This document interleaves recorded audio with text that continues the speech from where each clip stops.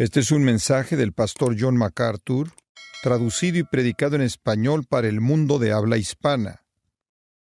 Romanos capítulo 7.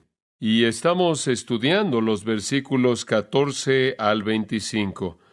Y leeremos esos versículos en tan solo un momento para que tenga el flujo de este texto importante en particular. Un joven, más bien trivial y burlón, le preguntó a un predicador en un tono burlón: ¿dice usted que la gente no salva carga con un gran peso de pecado? Francamente, él dijo: no siento nada. ¿Qué tan pesado es el pecado? ¿5 kilos? ¿25 kilos? ¿40 kilos? ¿50 kilos? El predicador pensó por un momento y respondió amablemente: si colocaras un peso de 200 kilos sobre un cadáver, ¿sentiría la carga? El joven rápidamente dijo: claro que no, está muerto. A lo cual el predicador respondió para enseñarle el punto: el espíritu que no conoce a Cristo está igualmente muerto, y aunque el peso es grande, no siente nada. Pero quiero decirle que el creyente no es tan indiferente hacia el peso del pecado como lo es el incrédulo, sino que más bien, por otro lado, el creyente es hipersensible al pecado. Y habiendo venido a Jesucristo, sus sentidos son despertados a la realidad del pecado. Tal despertar comenzó en su salvación misma, y no es disminuida desde que Él ha sido redimido, sino que más bien continúa volviéndose intensa conforme crece y madura. Dicha sensibilidad motivó a un santo tan grande como Crisóstomo a decir: no temo a nada más que el pecado. Un incrédulo, cuando es confrontado por el mensaje de salvación por la gracia libre en Cristo, dijo: si yo creo en esa doctrina, que la salvación es libre y es una muestra de gracia y solo es un asunto de fe, si pudiera estar seguro de que puedo convertirme de una manera tan fácil, creería y entonces me llenaría de pecado. A lo cual el mensajero del Evangelio respondió: ¿cuánto pecado crees tú que se necesitaría para satisfacer a un verdadero cristiano? La respuesta a eso es: simplemente un poco es más de lo que podemos tolerar. Venir a Jesucristo trae el sentido de pecado al corazón y a la mente. Y yo creo que un verdadero cristiano siente ese peso de pecado de una manera en la que un incrédulo no lo siente en absoluto. Y en caso de que se pregunte si de hecho están muertos a ese peso, recuerde Efesios 2, versículo 1, y Él os dio vida a vosotros cuando estabais muertos en delitos y pecados. Pero un verdadero cristiano se siente sensible al pecado, odia la maldad que está en él, no busca llenar su vida de pecado bajo la gracia, sino que más bien busca vaciar su vida de pecado. Es tan desagradable para él. Ahora, cuando usted ve el Nuevo Testamento, claro, el creyente se vuelve aún más sensible a eso. Encontramos, por ejemplo, en Efesios capítulo 4, versículo 30, que cuando pecamos, el Espíritu Santo es contristado, y no buscamos contristar o entristecer al Espíritu Santo. En 1 Corintios 9:27 encontramos que cuando estamos involucrados en pecado, nuestra vida se vuelve impotente. Eso es lo que hizo a Pablo decir que tengo este temor tremendo de que al predicar a otros yo mismo me convierta en alguien inútil. E inclusive el salmista dijo: la alabanza es apropiada para el recto. Como consecuencia, cuando estamos en pecado, descubrimos que inclusive somos inaceptables en nuestra alabanza a Dios, y ninguno de nosotros desea tener una alabanza inaceptable. Jeremías añadió en Jeremías capítulo 5, versículo 25, estas palabras incisivas: vuestros pecados han retenido cosas buenas de vosotros. Y ningún cristiano querría que la bendición de Dios le fuera retirada si realmente tuviera la oportunidad y la concentración de pensar en ello. Y además, el salmista en el Salmo 51, cuando fue confrontado con su propio pecado, le pidió a Dios que le restaurara el ¿qué? El gozo de su salvación. En Hebreos capítulo 12 encontramos que cuando un creyente peca, es disciplinado por Dios. En 1 Corintios capítulo 3 encontramos que cuando un creyente peca, él es estorbado en su crecimiento espiritual, de tal manera que el apóstol dice: no puedo alimentarlos con lo que me gustaría alimentarlos porque son tan carnales. En 2 de Timoteo 2:21, Pablo dice que debemos tener vidas puras para ser vasos aptos para el uso del amo, y entonces cuando el pecado está ahí en nuestras vidas, hace que nuestro servicio sea limitado e inútil. En 1 Corintios 10 y 11 encontramos que el pecado en la vida de un creyente contamina la comunión, y esa es la razón por la que el apóstol dice, antes de que vengan a la mesa del Señor, asegúrense de que limpien su propio corazón delante de Dios. También encontramos que en 1 Corintios 11:30 y en 1 de Juan 5:16, y creo que también en Santiago capítulo 1, se hace la indicación de que un creyente en pecado está en peligro de perder su vida. Por no decir nada del hecho supremo de todos los hechos, de que 1 Corintios 6 dice, ¿o ignoráis que vuestro cuerpo es el templo de Dios? En otras palabras, si usted trae su cuerpo en contacto con el pecado, está deshonrando a Dios. ¿Quién de nosotros escoge entristecer al Espíritu Santo? ¿Quién de nosotros en la profundidad de nuestros corazones, como creyentes, realmente quiere entristecer al Espíritu Santo? ¿Quién quiere tener oraciones no contestadas? ¿O desea tener una vida impotente? ¿O quiere ofrecer alabanza inapropiada? ¿Quién de nosotros, cuando realmente miramos en las profundidades de nosotros mismos como personas redimidas, escoge no disfrutar de la bendición de Dios, que no disfrute del gozo, que se le quite el gozo, que enfrente disciplina en su vida, que el crecimiento sea estorbado, que el servicio sea limitado, la comunión sea contaminada y nuestra vida esté en peligro? ¿Quién de nosotros como creyentes anhela deshonrar a Dios? Por el contrario, como dijo el salmista en el Salmo 42:1, como el ciervo o el venado, como el ciervo brama por las corrientes de las aguas, así mi alma anhela a ti, oh Dios. Y yo creo que cuando un individuo viene a Jesucristo, implantado dentro de ese individuo hay una nueva creación, una nueva naturaleza, una nueva esencia, un nuevo yo, un nuevo hombre. Y que el gran palpitar del corazón y la pasión y el clamor de esa nueva creación es un anhelo por las cosas de Dios. Y en contra de eso un resentimiento y odio hacia el pecado. Y ese de hecho es el espíritu del apóstol Pablo, conforme escribe nuestro texto, obsérvelo, comenzando en el versículo 14. Porque sabemos que la ley es espiritual, mas yo soy carnal, vendido al pecado. Porque lo que hago, no lo entiendo. Pues no hago lo que quiero, sino lo que aborrezco, eso hago. Y si lo que no quiero, esto hago, apruebo que la ley es buena. De manera que ya no soy yo quien hace aquello, sino el pecado que mora en mí. Y yo sé que en mí, esto es en mi carne, no mora el bien. Porque el querer el bien está en mí, pero no el hacerlo. Porque no hago el bien que quiero, sino el mal que no quiero, eso hago. Y si hago lo que no quiero, ya no lo hago yo, sino el pecado que mora en mí. Así que, queriendo yo hacer el bien, hallo esta ley, que el mal está en mí. Porque según el hombre interior me deleito en la ley de Dios. Pero veo otra ley en mis miembros que se rebela contra la ley de mi mente y que me lleva cautivo a la ley del pecado que está en mis miembros. Miserable de mí. ¿Quién me librará de este cuerpo de muerte? Gracias doy a Dios por Jesucristo, Señor nuestro. Así que yo mismo con la mente sirvo a la ley de Dios, mas con la carne a la ley del pecado. Ahora, ahí está un hombre en conflicto en ese texto. Un hombre en conflicto serio. Ahí está un hombre en ese texto que aborrece el pecado, que odia el pecado, que desprecia el pecado, y que ama la justicia, y que anhela la ley de Dios. Este no puede ser un hombre no redimido, porque según nuestro Señor en Juan capítulo 3, los no redimidos aman las tinieblas y odian la justicia. Este es un hombre que ama la justicia y odia el pecado. En el Salmo 119, y me voy a estar refiriendo a ese Salmo, así que le ayudaría a marcarlo en algún lugar en su Biblia. Vamos a estar ahí unas cuantas veces, pero en el Salmo 119, 104, encontramos una afirmación muy parecida en un versículo simple, y aquí el salmista, de manera maravillosa, reflexionando en la palabra de Dios, dice, a través de tus preceptos obtengo entendimiento, por lo tanto odio todo camino falso. Ahí está la esencia del hombre redimido, que anhela el entendimiento de la palabra de Dios, que anhela el cumplimiento de la palabra de Dios y que odia todo camino falso. Tomás Watson, el maravilloso hombre de Dios de la era puritana, en su libro tan importante llamado El cuerpo de divinidad, dijo esto, y cito, una señal de santificación es una antipatía hacia el pecado. Un hipócrita puede dejar el pecado, sin embargo, amarlo. Como una serpiente, cambia de piel, pero mantiene su aguijón. Pero una persona santificada puede decir que no solo deja el pecado, lo odia. Dios ha cambiado tu naturaleza y te ha hecho como una hija de un rey, toda gloriosa por dentro.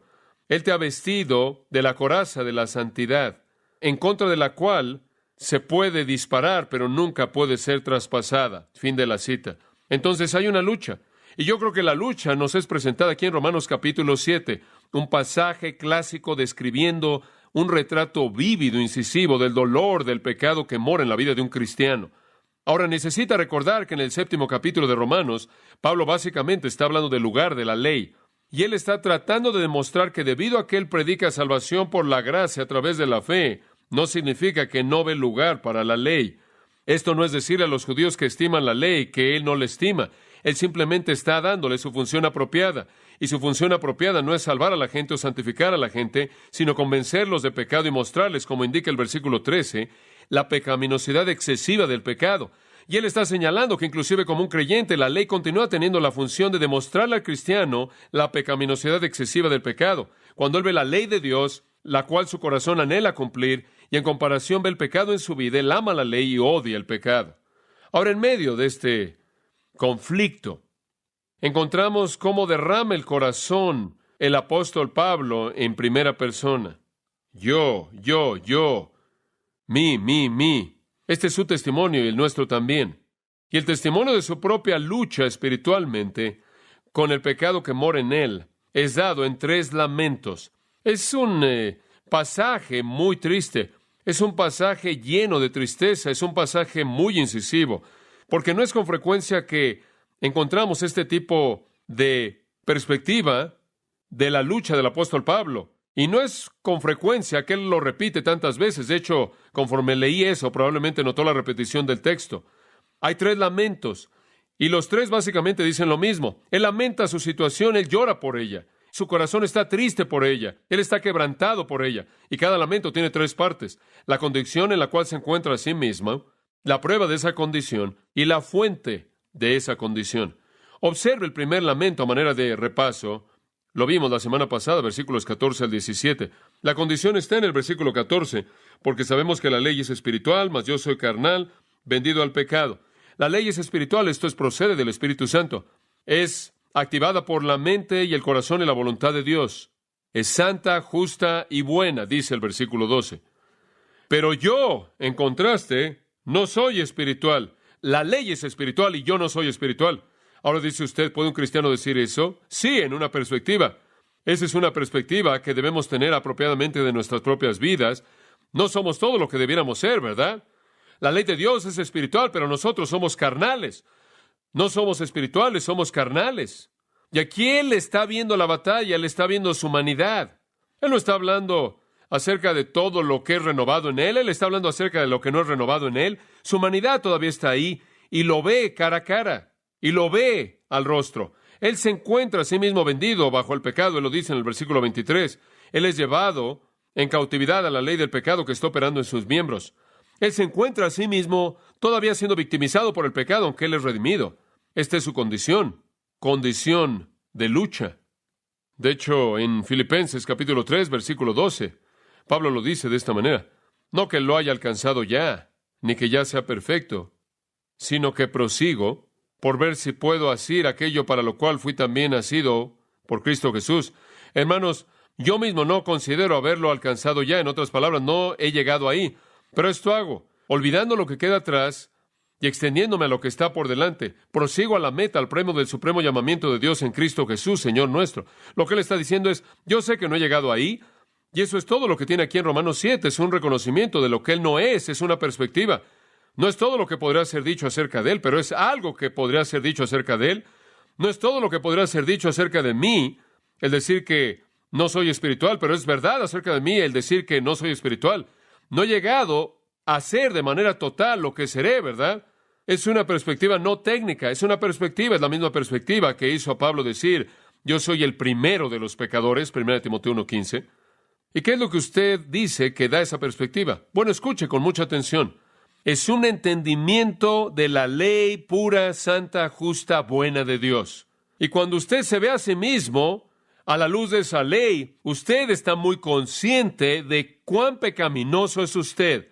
Ahora, cuando usted ve a un cristiano, que se llama a sí mismo un cristiano, y parece estar muy contento con su condición espiritual, y quieren asegurarse de que usted sepa cuán santos son y cuán piadosos son, eso no le indica a usted que de hecho son santos, sino que más bien no entienden la palabra de Dios.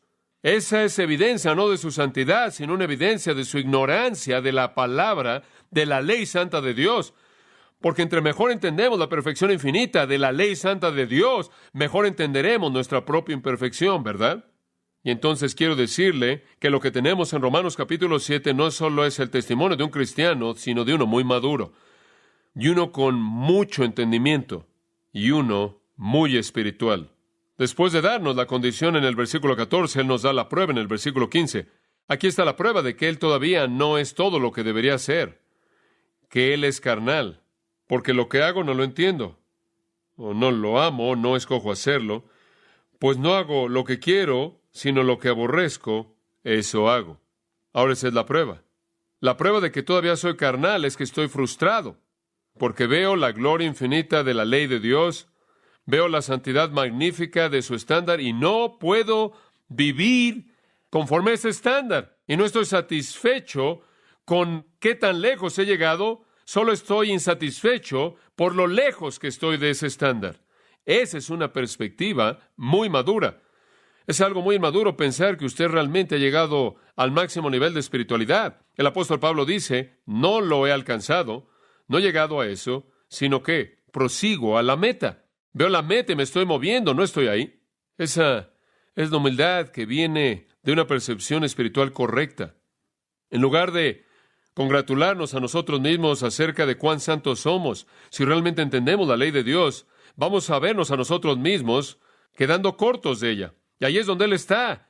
Y esa es la razón por la que de nuevo esto nos lleva de regreso al quebrantamiento y a la humildad que caracteriza al verdadero seguidor del Salvador. Y después Él habla de la fuente, porque si usted dice, bueno, Pablo, tú eres salvo, tú eres redimido, digo, ¿de dónde viene esto? Versículos 16 y 17 nos dan la respuesta. Y si lo que no quiero esto hago, apruebo que la ley es buena. No hay nada de malo con la ley, porque no la pueda guardar, no quiere decir que está mal. ¿Cuál es tu problema, Pablo?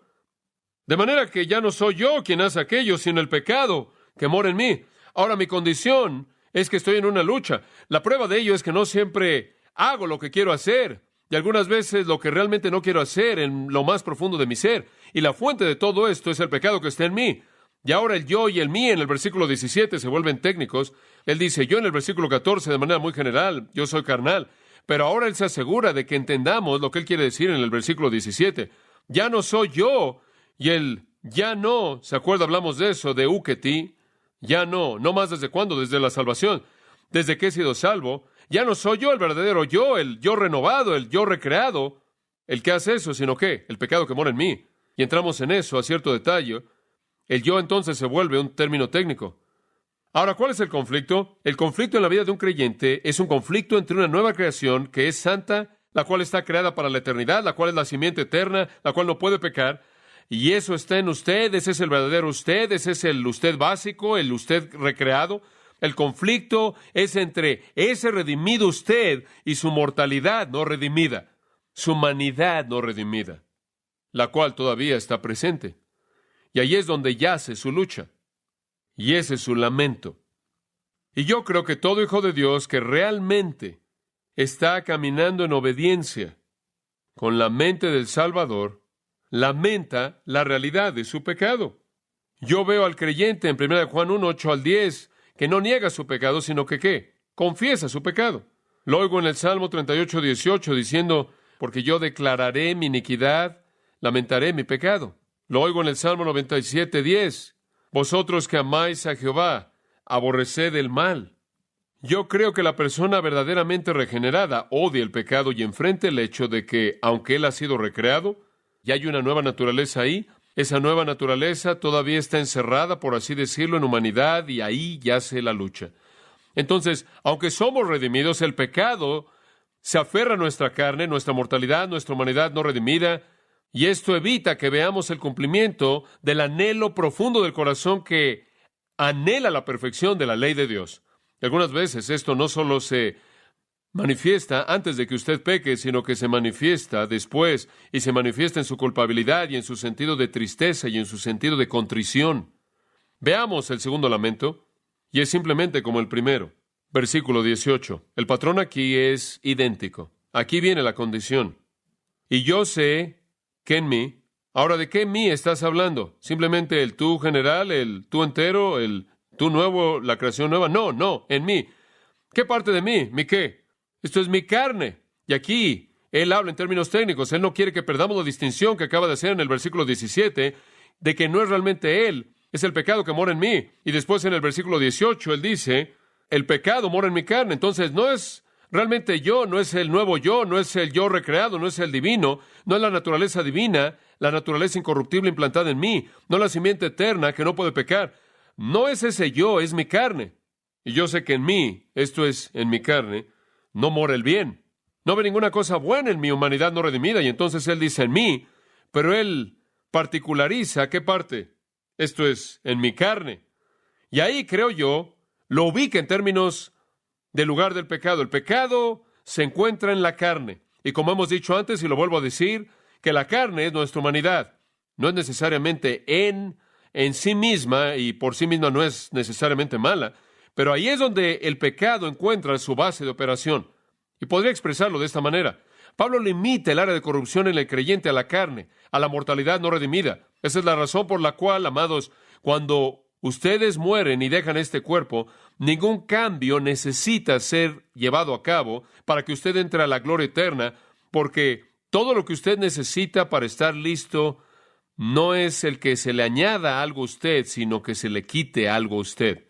Y entonces él limita el área de pecado al estado caído de su mortalidad no redimida. Ahora note, si es tan amable, que él dice, esto es en mi carne.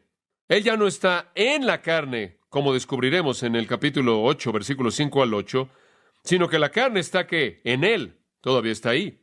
Y por cierto, la gente no salva, solo son carne y nada más. Ahora, la prueba de esta condición es dada en el versículo 18 de nuevo. Y esta es una canción triste, y esa es la razón por la que él lo lamenta una y otra vez. Observa el versículo 18. Aquí está la prueba, a la mitad del versículo. Porque, en otras palabras, lo voy a demostrar. El querer el bien está en mí. En otras palabras, hay algo en mí que quiere hacer lo que está bien, pero no el hacerlo.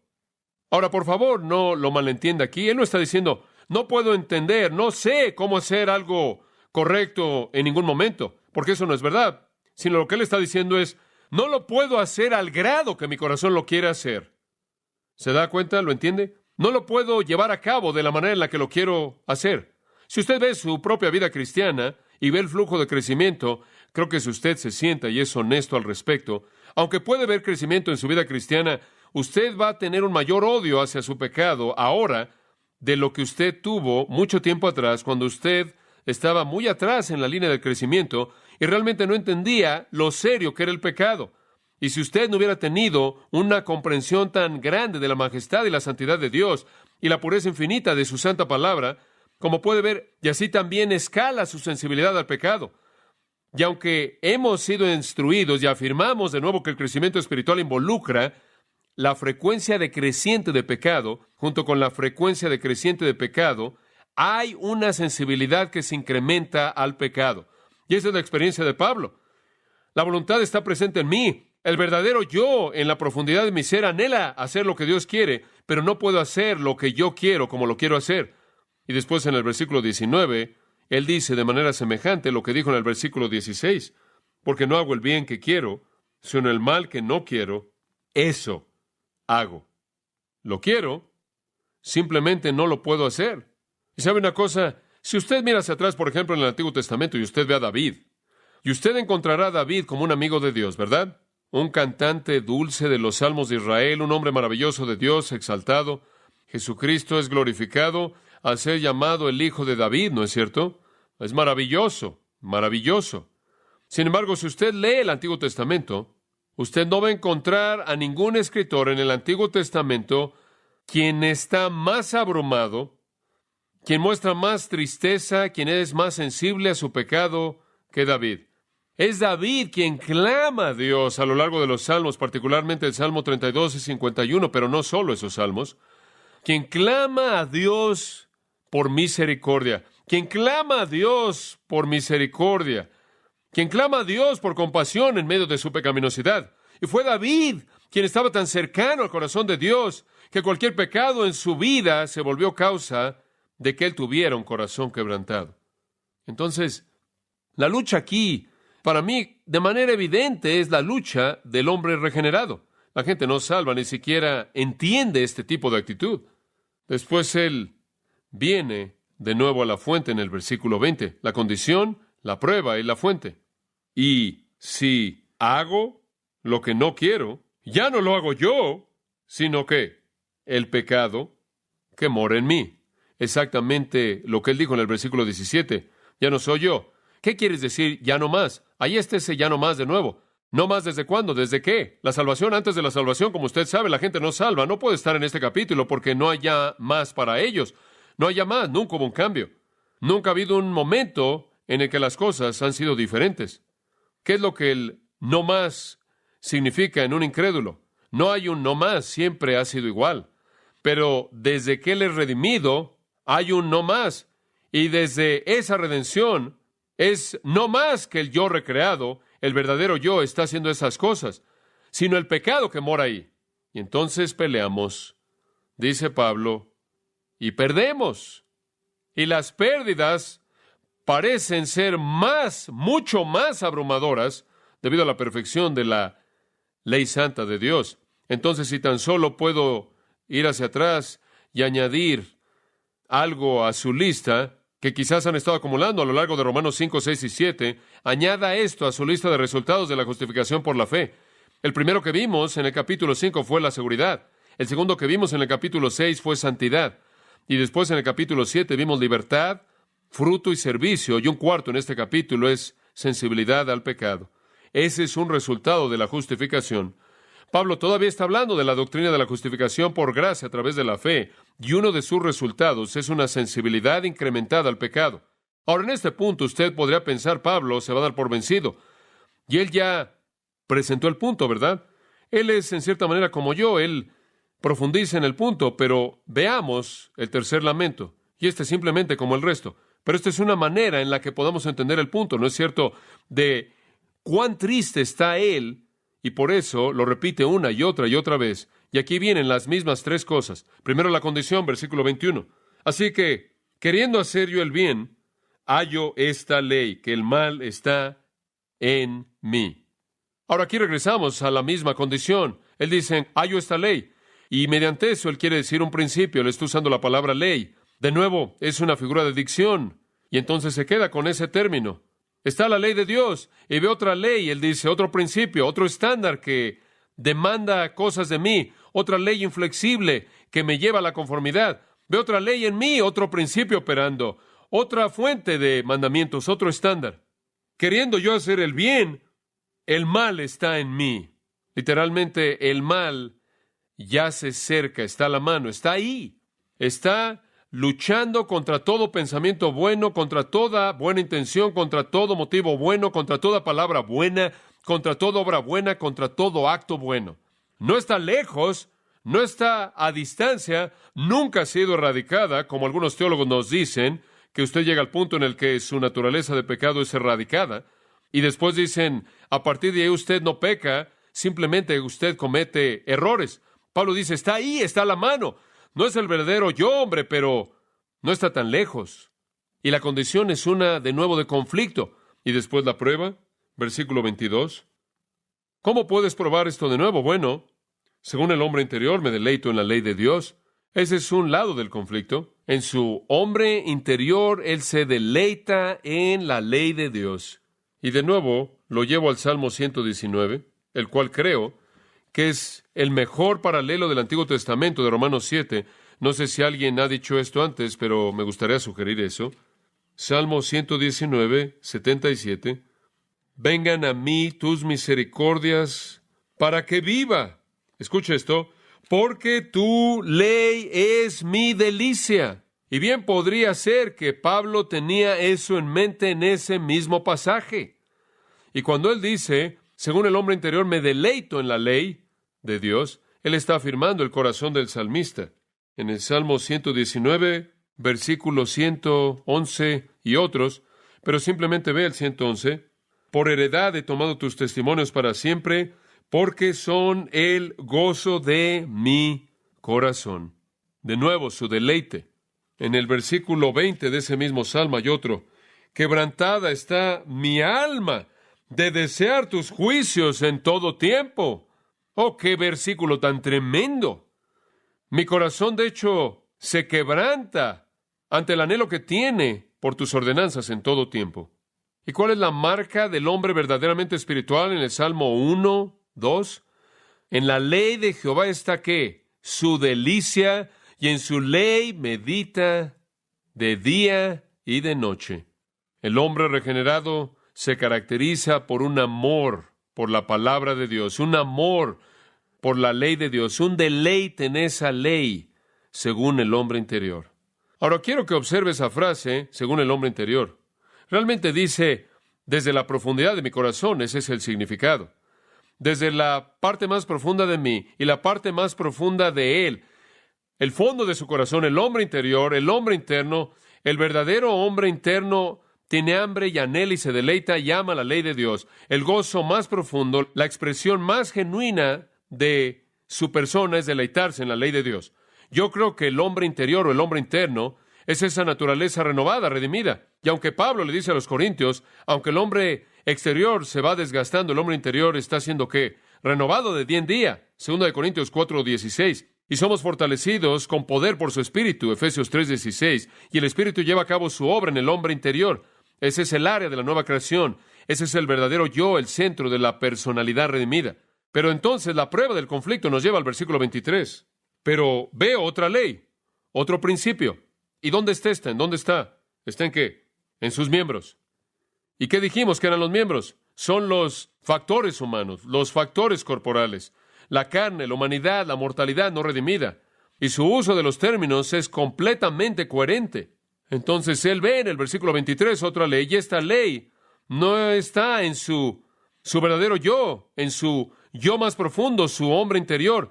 Está en su hombre exterior, ¿verdad? Está en sus miembros, en su humanidad. Y se rebela contra la ley de mi mente. Y la ley de su mente es lo mismo que aquello que es la ley de Dios, aquello que es el hombre interior. Entonces la mente se equipara con el hombre interior y él ve esa rebelión, esa guerra, y algunas veces él confiesa que la ley en mis miembros gana la ley de mi mente y de esta manera me lleva cautivo a la ley del pecado que está en mis miembros. Él hace una distinción muy clara. Escuchen, amados, si este fuera un incrédulo aquí, la ley de su mente estaría tan putrefacto como la ley de sus miembros, porque la mente carnal está en enemistad contra Dios. Pero su mente, la cual es su hombre interior, su yo más verdadero, su creación redimida, anhela la ley de Dios y está en guerra contra la ley de sus miembros, los cuales, claro, como dijimos, se refiere a su humanidad. Y observe de nuevo el versículo 23. A veces la batalla va en favor de la ley de sus miembros y escuche esto, lo lleva a la cautividad. Escuche, eso tendrá que ser una persona redimida, porque la gente no redimida no puede ser llevada cautiva. ¿Por qué? Porque ya están ahí. Pero cuando el pecado gana la victoria en la lucha espiritual, entonces el creyente es llevado en cautividad a ese pecado y se vuelve cautivo a ese pecado. Y entonces él vuelve a demostrar la condición en el versículo 21 y después la prueba. El conflicto entre la ley de su mente, la cual es su hombre interior anhelando las cosas de Dios, y la ley en sus miembros. Y mantenga en mente que de manera coherente a lo largo del capítulo 6, versículos 12, 13 y 19, capítulo 7, versículo 5, y a lo largo de esta parte de esto, en todos esos lugares, él siempre coloca el pecado en los miembros. Las partes corporales es a lo que se refiere. Eso no solo significa la carne, eso significa la mente, los pensamientos, las emociones, todo lo que va con nuestra humanidad. Y hay una guerra llevándose a cabo. Ahora quiero que regrese al Salmo 119, y no sé si alguna vez ha notado esto acerca del Salmo 119, pero ve al salmista teniendo la misma guerra y quiero mostrarle eso. Regresemos en donde nos quedamos, Salmo 119, 20, y quiero retomar ese gran versículo y después quiero llevarlo a lo largo del Salmo, quizás 10 o 12 versículos, y son muy breves, pero siga de cerca. Quebrantada está mi alma, es un Lenguaje muy intenso. Quebrantada está mi alma de desear tus juicios en todo tiempo. Oh, dice usted, esa es una persona espiritual con ese tipo de anhelo que quebranta su corazón por las cosas de Dios. Después ve al versículo 70. Se engrosó el corazón de ellos como sebo del orgulloso. Mas yo en tu ley me he regocijado. Vaya al versículo 81. Desfallece mi alma por tu salvación, mas espero en tu palabra. Desfallecieron mis ojos por tu palabra, diciendo, ¿cuándo me consolarás? Porque estoy como el odre al humo, pero no he olvidado tus estatutos. Me estoy secando, necesito tu ley. Desesperadamente me siento tan aislado de ella. Y aquí está este corazón anhelando la ley de Dios, versículo 92. Si tu ley no hubiese sido mi delicia, ya en mi aflicción hubiera perecido. Versículo 97 lo resume. Oh, cuánto amo yo tu ley. Todo el día es ella mi meditación. Versículo 113. Aborrezco a los hombres hipócritas, mas amo tu ley. Tan vívido. Versículo 131. Mi boca abrí y suspiré. Dices, ¿ha estado corriendo por mucho tiempo? No, porque deseaba tus mandamientos. ¿Ha experimentado usted eso? Esa es un hambre profunda por el mandamiento. Usted no duda acerca de la espiritualidad de este hombre. Versículo 143. Aflicción y angustia se han apoderado de mí, mas tus mandamientos fueron mi delicia. Versículo 163. La mentira aborrezco y abomino, tu ley amo. Versículo 165. Mucha paz tienen los que aman tu ley, y no hay para ellos tropiezo. Versículo 174. He deseado tu salvación, oh Jehová, y tu ley es mi delicia. Ahora ya para cuando usted llega al 174, usted se dice a sí mismo, este hombre es tan espiritual, tú sabes, es intimidante. Y usted literalmente se desmaya por el último versículo en el Salmo. ¿Qué dice? Yo anduve errante como oveja extraviada, busca a tu siervo, porque no me he olvidado de tus mandamientos. Dice usted, espera un momento, este hombre realmente está en la cima. ¿Qué estás haciendo al terminar así? ¿Sabe usted lo que él dice? Amo tu ley. Y al final él dice, pero me he desviado. Como puede ver, él estaba exactamente en donde Pablo estaba, ¿no es cierto? Mismo conflicto. No es diferente. Ahora regresemos a Romanos 7. ¿Cuál es la fuente? La prueba está en la primera parte del versículo 23, donde dice, pero veo otra ley en mis miembros, que se rebela contra la ley de mi mente y que me lleva cautivo a la ley del pecado que está en mis miembros. ¿Cuál es la fuente? Bueno, está ahí, en ese mismo versículo. Que me lleva cautivo a la ley ¿de qué? Del pecado que está en mis miembros. ¿Por qué peca usted? ¿Por qué peca usted? ¿Porque Dios no hizo un buen trabajo cuando lo salvó usted? ¿Porque su nueva naturaleza no está completa? ¿Porque no está preparado para el cielo todavía y todavía tiene que ganarse su derecho de entrar? No. ¿Por qué peca? ¿Por qué? Porque el pecado todavía está en usted, en su humanidad. Y tiene que ser un creyente porque los incrédulos no son llevados cautivos al pecado, ya están ahí. Y sus miembros, su humanidad, incluye su mente y su emoción, sus sentimientos, su cuerpo y todas esas cosas.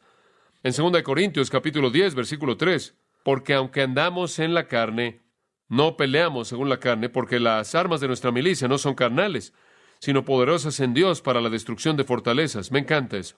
Él dice, ¿saben una cosa? Aunque tenemos que andar caminando en esta carne, cuando usted habla del verdadero yo, realmente no es carne en absoluto, ¿verdad? Las armas con las que peleamos no son carnales, son espirituales.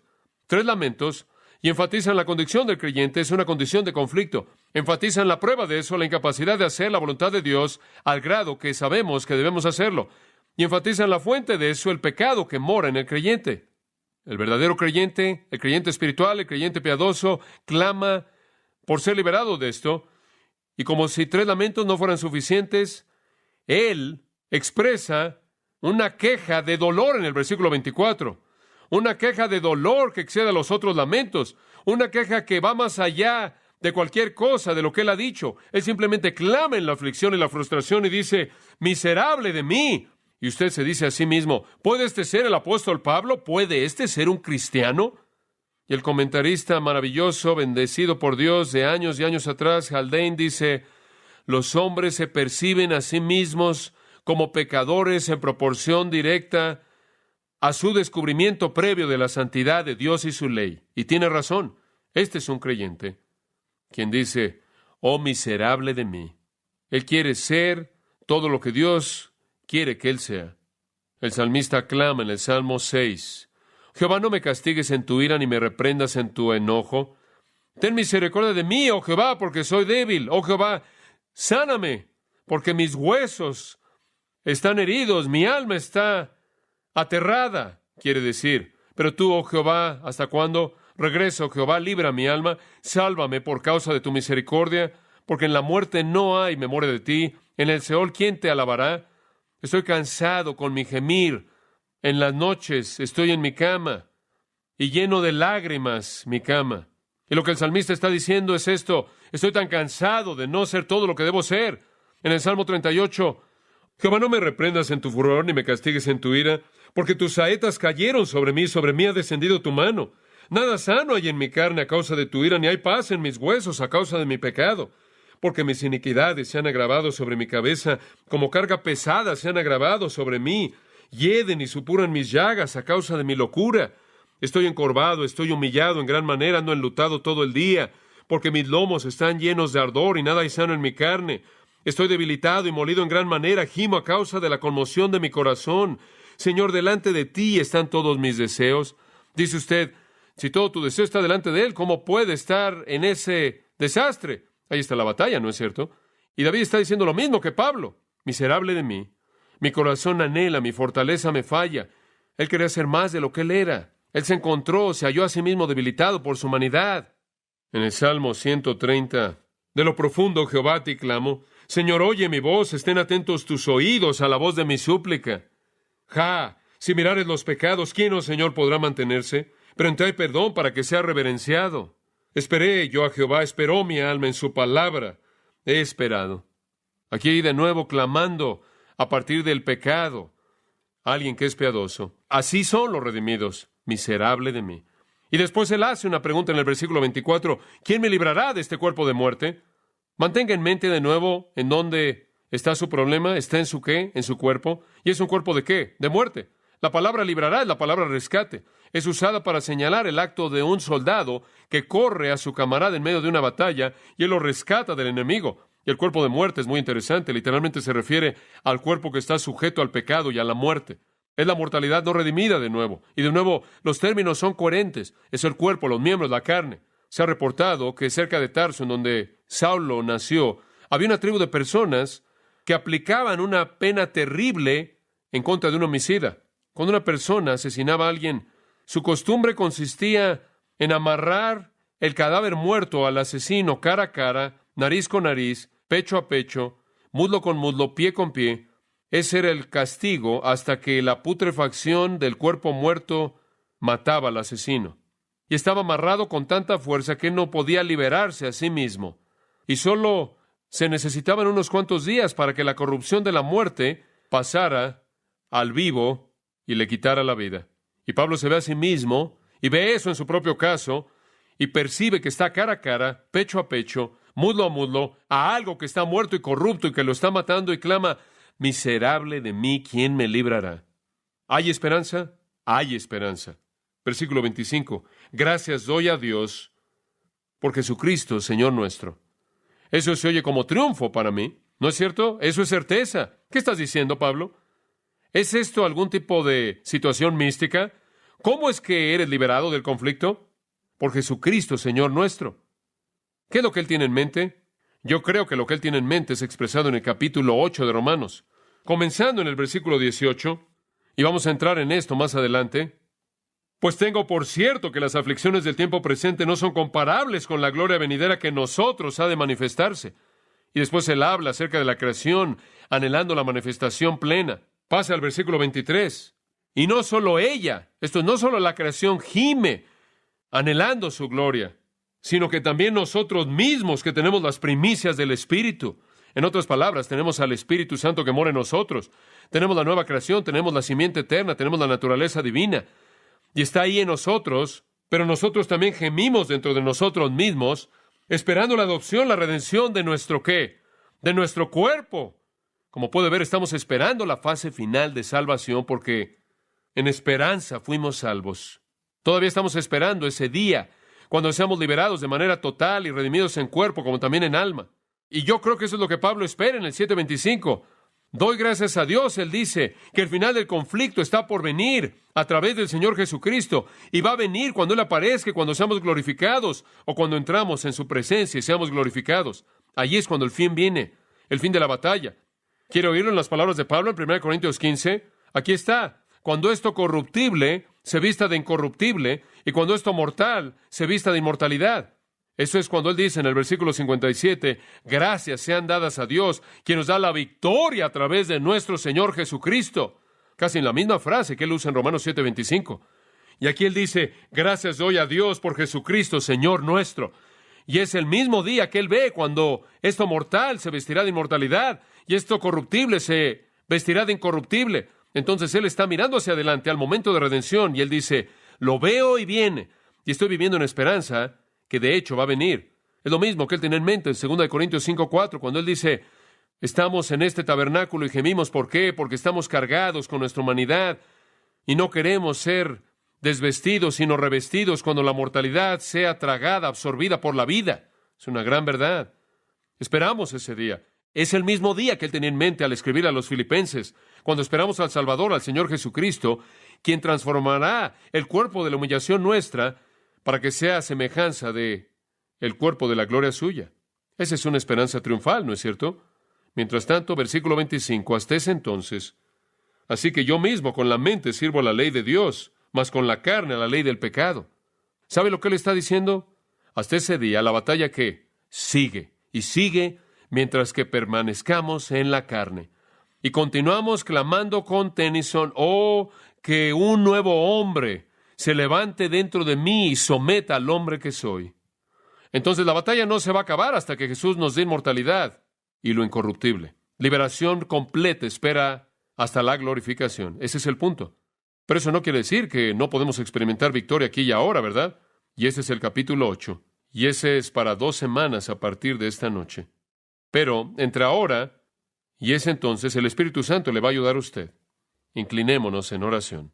Quiero que tan solo tenga una palabra de oración en silencio conmigo por un momento. Y quiero que haga 2 cosas. En primer lugar, quiero que le agradezca a Dios por la nueva criatura que usted es. ¿Será tan amable de hacer eso? Que usted ha sido hecho nuevo en Cristo, listo para el cielo. ¿Será tan amable en agradecerle a Él por eso? Y después, ¿podría confesarle a Él que aunque usted ama su ley y usted anhela hacerla, hay algo en usted que se revela que lucha en contra de eso? ¿Y podría tan solo confesarle eso a Él con tristeza en su corazón y pedir que Él le dé a usted victoria hasta que Jesús venga a liberarlo de este cuerpo de humillación y que le dé un cuerpo en semejanza al de Él? Querido Padre, te damos gracias porque nos has permitido entrar